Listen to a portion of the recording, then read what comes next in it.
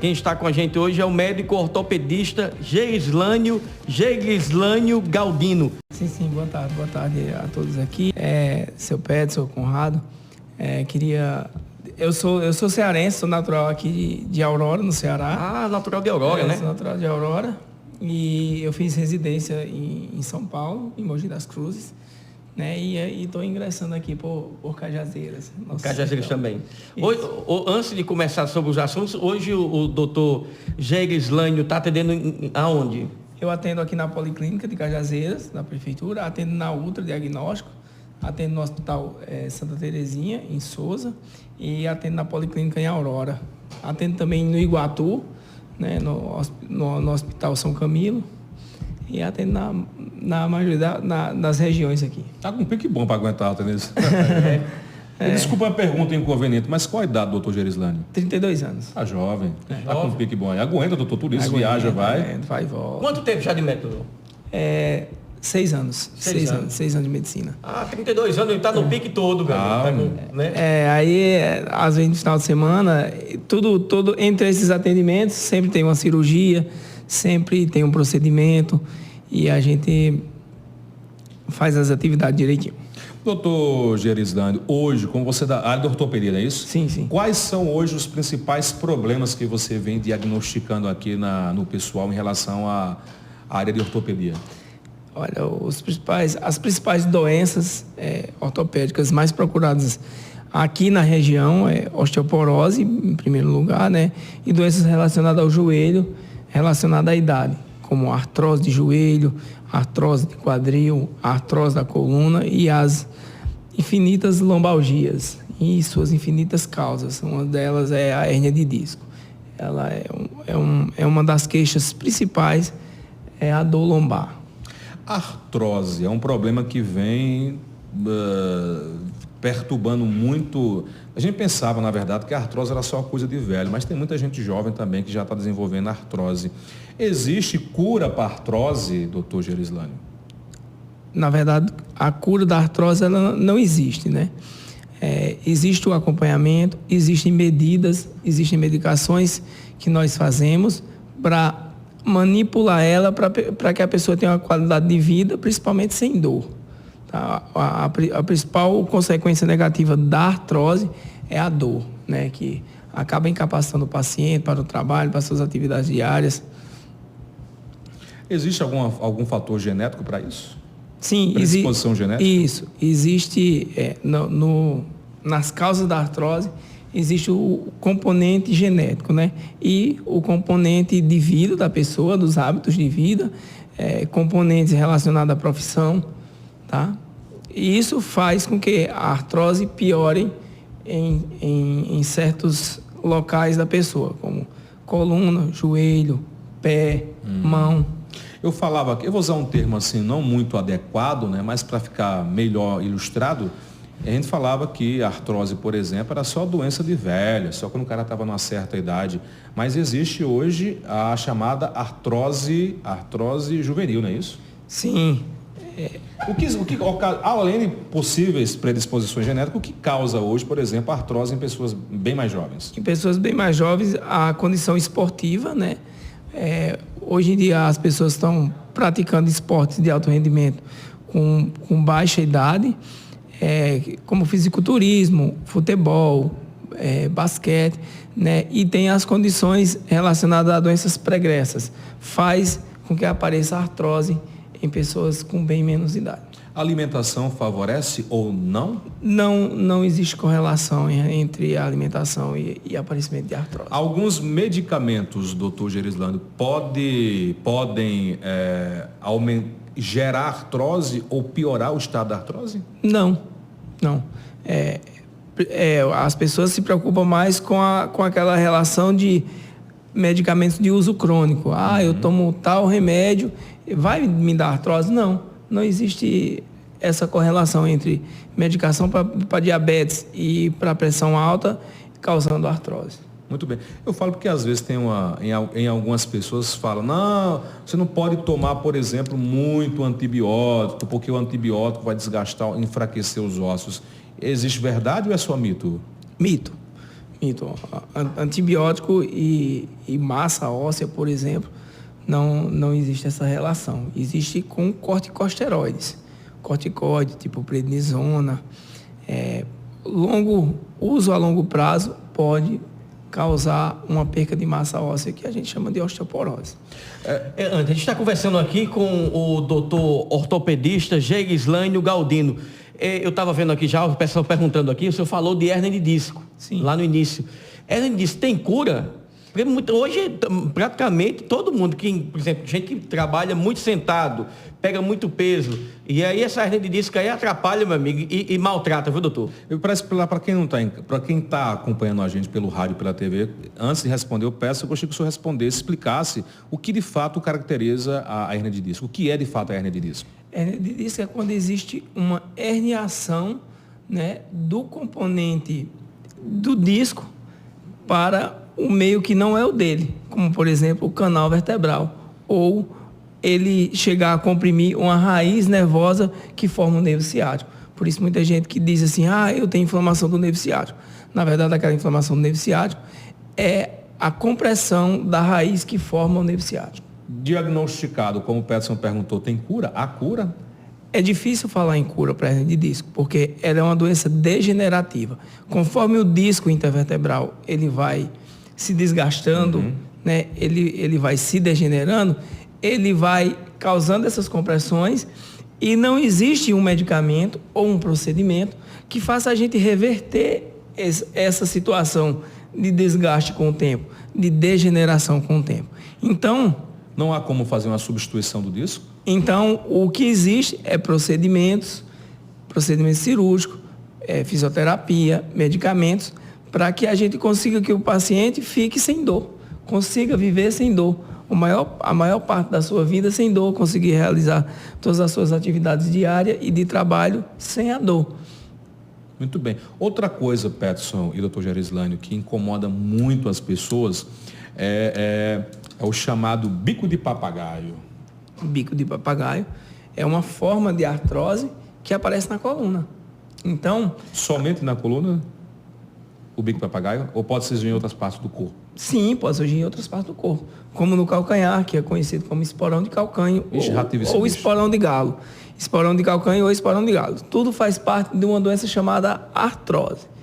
Essa velha artrose, ela faz aparecer bico de papagaio na coluna, os chamados osteófitos. Então, quem aparece, por exemplo, o chamado bico de papagaio ou esporão, já tem que ficar atento, porque pode já ter outras partes ósseas que já estão com artrose. Com certeza, com certeza. Faz parte da investigação em pessoas que têm mais de 55 anos, uma radiografia da coluna, uma radiografia da bacia, porque esses osteófitos, eles acometem o quadril, a coluna, o calcânio, os joelhos.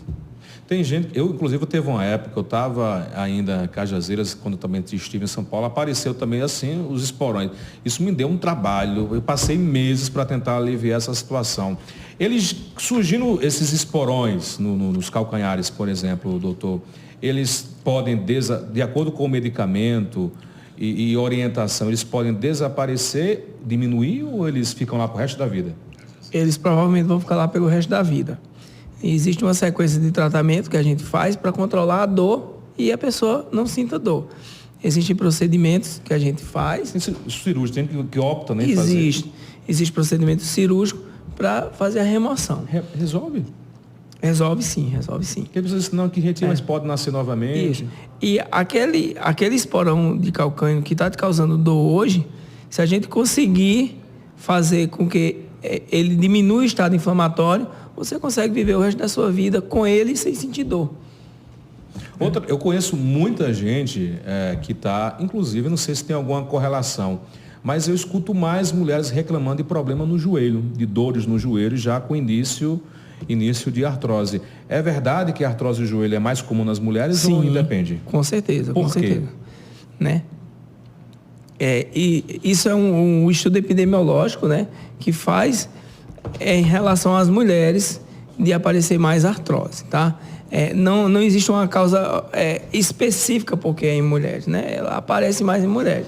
Mas em homens também tem uma incidência muito alta, principalmente relacionada a esportes, né? principalmente relacionado a esforço físico, né? Se aquela pessoa ela faz bastante esforço físico, usa bastante o joelho, então provavelmente ela é uma pessoa que vai ter artrose mais jovem.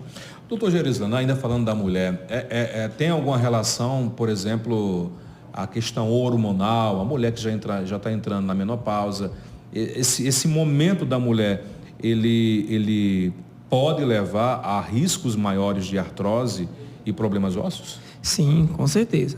A diminuição dos hormônios femininos, né? LH, FSH, com a menopausa, eles diminuem no sangue e eles faz com que diminua a densidade de cálcio nos ossos, né? Esses hormônios, eles, vamos dizer que eles são responsáveis por colocar o cálcio dentro do osso.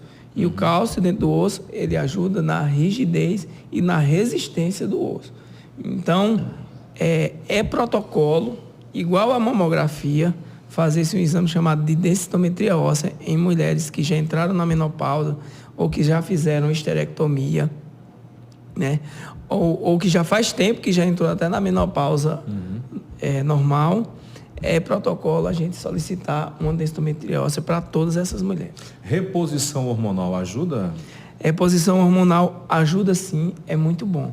Mas são procedimentos pouco praticados por causa das suas contraindicações em relação à trombose e o aparecimento de câncer. Nossa.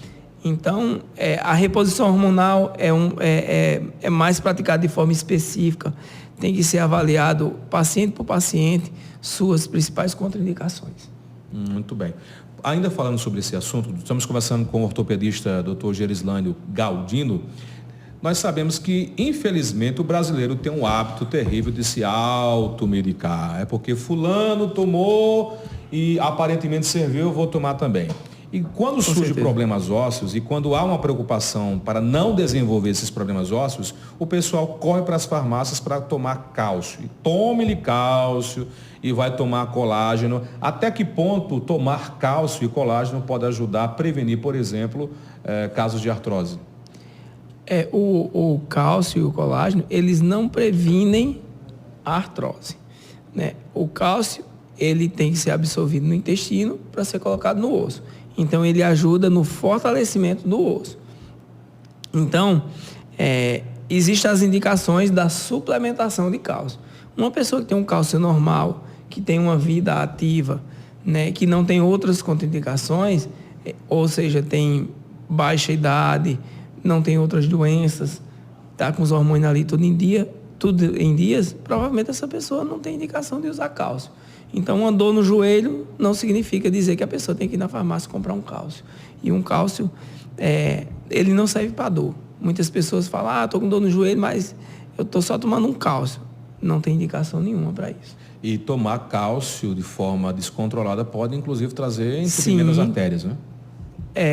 As principais complicações do uso exagerado de cálcio, né, sem orientação médica, né, principalmente o aparecimento de cálculos renais, né? E pode gerar outras complicações renais, principalmente renais. Doutor, quando eu conversei com o pessoal que o senhor viria para cá, teve uma amiga nossa que fez a seguinte indagação que eu ri, mas eu achei interessante. A baixa do libido pode indicar problemas ósseos ou pode levar a uma aceleração da artrose, por exemplo? Não. A não ser que a pessoa tenha uma baixa de libido por causa de algum problema que teve que retirar os ovários, por exemplo. Se for uma questão feminina mesmo, geralmente o que acontece é uma esterectomia, que a pessoa teve que retirar os ovários e ali baixa o libido, mas a própria retirada dos ovários é o efeito que vai causar de diminuição da massa óssea. Né? É o aparecimento da osteoporose após a retirada dos ovários. Ah, entendi. Tá? Então, os hormônios, eles estão relacionados com o libido e com a massa óssea. Interessante. Muita gente jovem com problema no joelho. E eu estou aqui com 2 perguntas aqui. O Vando está perguntando aqui sobre... o Vando está na cidade de Souza, obrigado, está nos acompanhando pela Rádio Líder FM. E ele perguntando sobre a questão daqueles que faz academia todos os dias e está com problema no joelho. Ele está perguntando aqui se é questão de peso. A Elisângela está em Iraúna perguntando aqui ao doutor também. Doutor, eu tenho um problema no joelho e o médico sempre faz aplicações, mas não vejo o resultado. Onde é que esse médico atende? Queria visitá-lo. E aí o senhor pode dizer também, a gente já responde. Elisângela, Iraúna, Vando em Souza e a Emília Pires, está aqui em Cajazeiras, está perguntando o seguinte: tem uma artrose, há muito tempo sofro, qual o medicamento específico que eu tomo também não está tendo resultado? Emília está aqui em Cajazeiras, Vando em Souza, que é a questão da academia, e Elisângela, Iraúna. Bem, vamos responder o Vando primeiro, que está lá em Souza. Vando, é o seguinte, a questão de você sentir dor no joelho com pouca idade, bastante carga no joelho, pode estar relacionada à condromalácia patelar. Então, esse é um pequeno processo inflamatório que começa a agredir ali a cartilagem da sua patela. Então, isso pode estar te causando dor. Tá certo?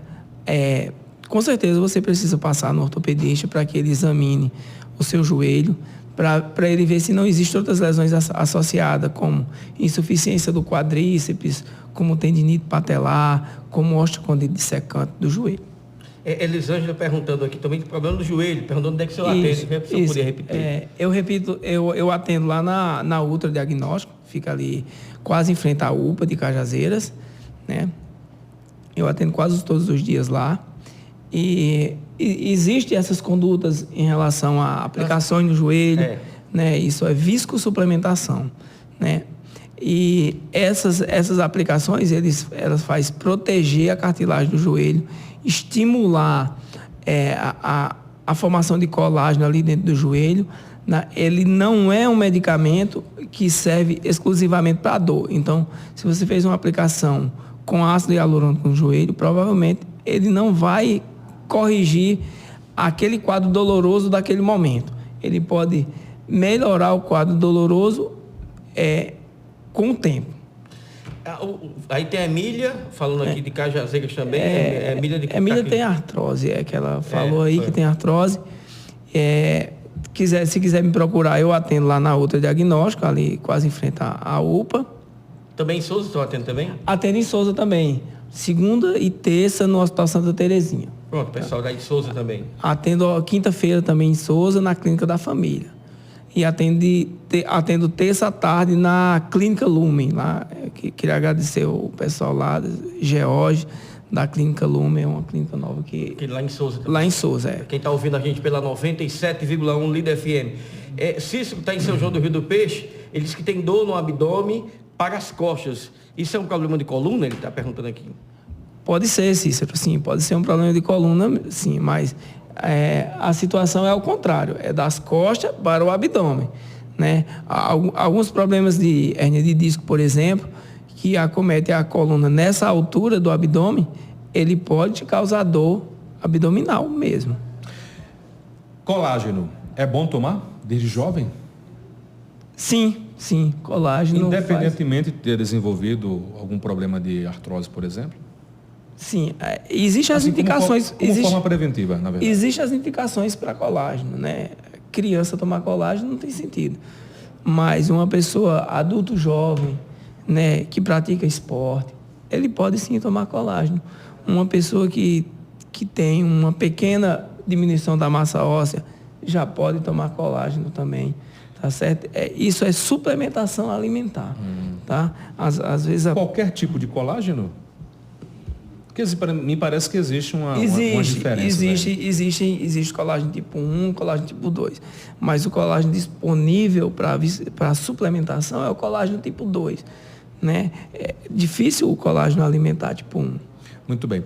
Estamos conversando com o Dr. Karine está lhe mandando um abraço. Karine está lá em Aurora nos acompanhando agora. Um abraço, Karine. Está acompanhando a gente agora. O Alan disse que tem uma dor no pescoço, foi para a academia e está com essa dor no pescoço.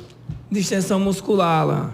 tem que ser examinado para ver se isso é realmente só uma distensão muscular ou existe alguma relação com hérnia de disco, com a idade e com outros problemas relacionados à carga. Um abraço também para a Luísa Martins, nossa amiga Luísa, doutora Luísa, administradora, está acompanhando também aqui a sua entrevista também. Um abraço para o Oswaldo Martins, a toda a família aí, o pessoal da Ultra Diagnóstico também nos acompanhando. Tem muita gente, principalmente a juventude, que vai para a academia, chega lá e vê os caras já tudo bombados, eu vou pegar agora peso com força. É só o que tem. Só o que tem. Inclusive tem um funcionário aqui que adora academia, que apareceu... Tá toda aí. Na chamada, como a gente chama no popular, uma dor no mucumbu, que ficou irradiando para a perna.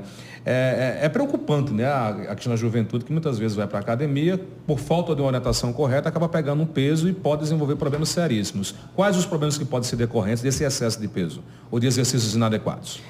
São infinitos os problemas. Eu vou citar alguns, tipo tendinite patelar, uma exacerbação da dor de quem tem hérnia de disco. Então, aquele paciente que pode ter uma hérnia de disco que não está sentindo dor naquele momento, é uma hérnia de disco que talvez esteja no estágio inicial e ele vai para a academia, ele acaba aparecendo uma crise de hérnia de disco por pegar um peso numa posição errada, fazer uma carga exagerada, fazer um exercício na posição errada, pode causar rupturas tendíneas, pode causar tendinites, distensão muscular, né? Lesões cartilaginosas irreversíveis, principalmente a questão do crossfit, né?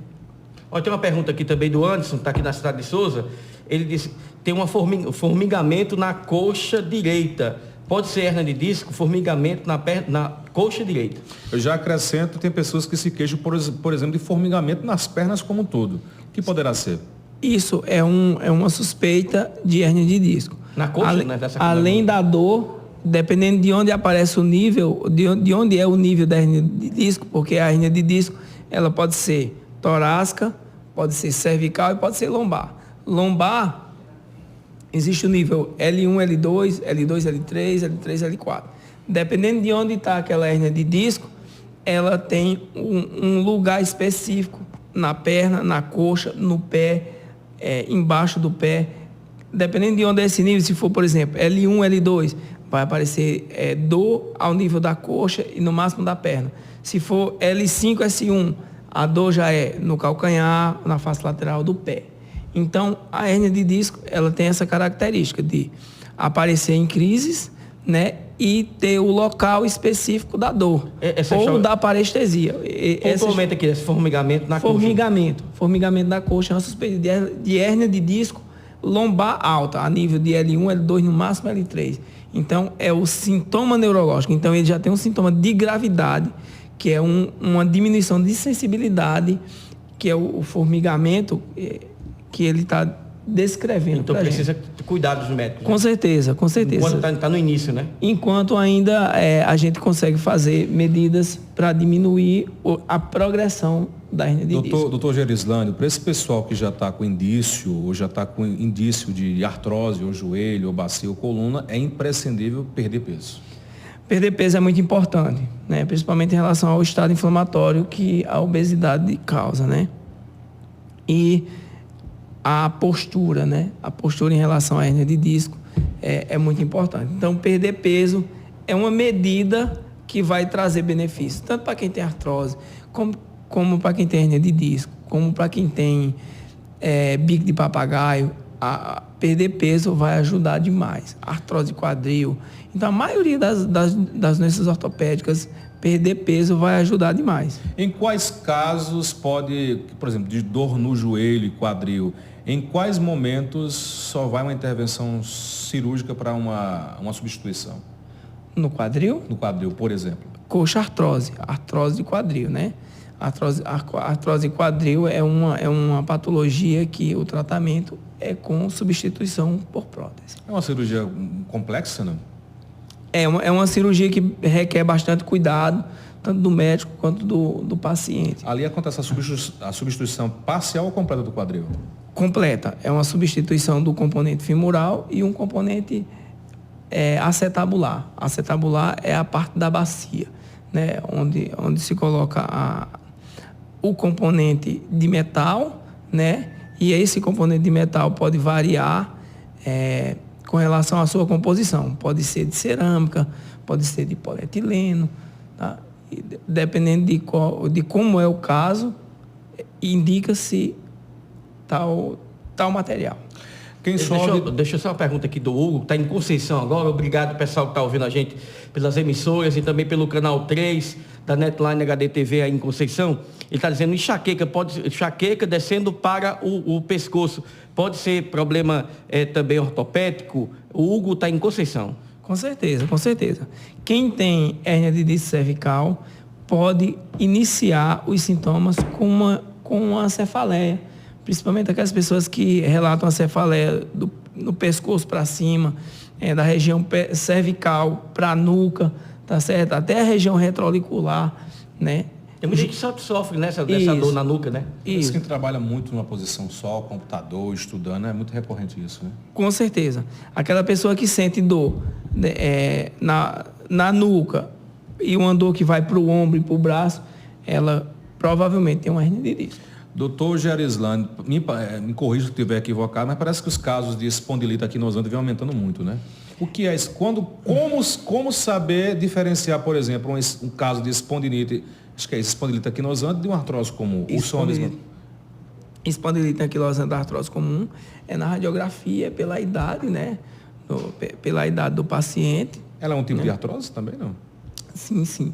Mas é mais grave? É bem mais grave porque acaba debilitando mais o paciente, né? A espondilite anquilosante vai acometer os pacientes de menos idade, de 20 a 25, 30 anos. É mais comum em mulheres? Isso. Então, essa espondilite, ela atrapalha a pessoa no início da jornada de trabalho. Então, aquela pessoa que está começando a trabalhar ali com 20 anos e a dor é muito debilitante da espondilite. Doutor, só lembrando aqui, para a gente terminar essa entrevista aqui, inclusive obrigado por abrir essa agenda para falar com a gente, para falar com os nossos ouvintes, com os nossos telenautas, já que a gente está em multiplataforma, a gente está sendo ouvido pelo rádio, assistido agora pela TV e pelas plataformas digitais. O senhor está atendendo aonde? Só relembra, em Souza, Cajazeiras, Aurora, né? Iguatu. Atendo em Icó também, na semana. Vamos começar por Cajazeiras. Atendendo em Cajazeiras. Na ultradiagnóstico e na policlínica. Só atendo nesses dois lugares. Em Souza? Souza eu atendo no Santa Terezinha, segunda e terça, Hospital Santa Terezinha, né? Na Lumen e na Clínica da Família, quinta-feira. Procurando essas clínicas aí? Procurando esses lugares aí, eu estou atendendo lá. Aurora, no Ceará? Isso, Aurora, no Ceará. Na Clínica AMA e na Policlínica da Prefeitura. Em Souza, ainda esqueci da Cardiomed. Atendo lá na Cardiomed também, que faz parte do Santa Terezinha, não é isso? Complexo, né? Iguatu? Iguatu eu atendo numa clínica chamada Amor Saúde. Amor Saúde. Lá eu só atendo lá. Icó? Icó, no Hospital Regional do Icó. No Hospital Regional do Icó. Isso. Pois bem, quem quiser procurar o doutor Gerislânio Galdino, ele está pronto para lhe atender, né? E tem já uma caminhada, já há mais de 6 anos aí como médico ortopedista, e tem atendido aqui e salvado muitas vidas também, podemos dizer assim também, né? Porque essa é a missão. Melhorar a qualidade de vida de uma pessoa que está ali trabalhando é muito gratificante. Por que escolheu ser ortopedista? Muita gente pode estar se perguntando agora, né? Essa área. Eu comecei a me identificar com os casos de ortopedia, né?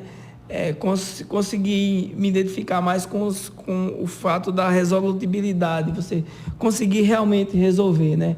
Além de todas essas patologias que a gente falou aqui, hernia de disco, artrose, existe a questão do trauma também, né? Quem é ortopedista e traumatologista.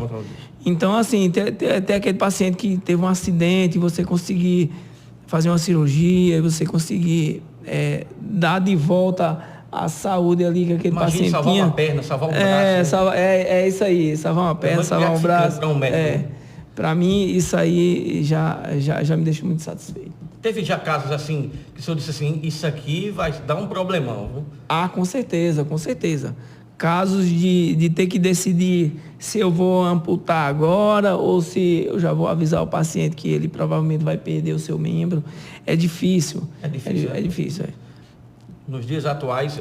Na época da residência, né?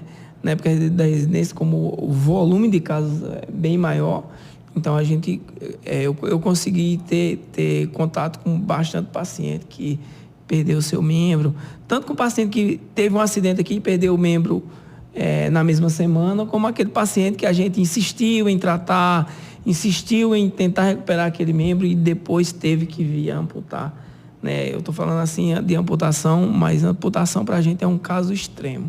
Doutor, só para a gente terminar aqui, para as pessoas que estão assistindo agora, tendem a ser médicos, né? E às vezes ficam ali, ainda estão buscando sua vocação, né, Conrado? Buscando a sua vocação, estão terminando o ensino médio e pensando assim, eu vou fazer vestibular para quê? Né? E aí pensam em ser médico. Qual a mensagem o senhor que lidou com isso, de escolher essa vocação tão bacana que é ser médico, de ajudar o próximo, de salvar vidas? Qual a mensagem que o senhor deixaria para esses jovens? Que não escolha pelo nome. Eu quero ser médico por ser médico, ou ser médico vai ganhar bem, porque tem o estigma que vai ganhar bem, né? Queria que quem pensasse em fazer medicina conhecesse um pouco da medicina. Procure os profissionais médicos, eles estão completamente abertos a orientações. Então, conhecer um profissional médico, né, é importante para ver se existe identificação, se a pessoa se identifica com o trabalho que aquele médico está realizando. E ver toda a jornada do médico, né, para que a pessoa realmente decida o que quer, porque na medicina se identificar é fundamental, né, para que a gente consiga ter muita satisfação ao trabalhar, né. Satisfeito, Conrado? Doutor Geislânio Galdino, ortopedista e traumatologista. Obrigado por estar com a gente. Muito obrigado a vocês também, viu? Obrigado, foi prazeroso recebê-lo aqui.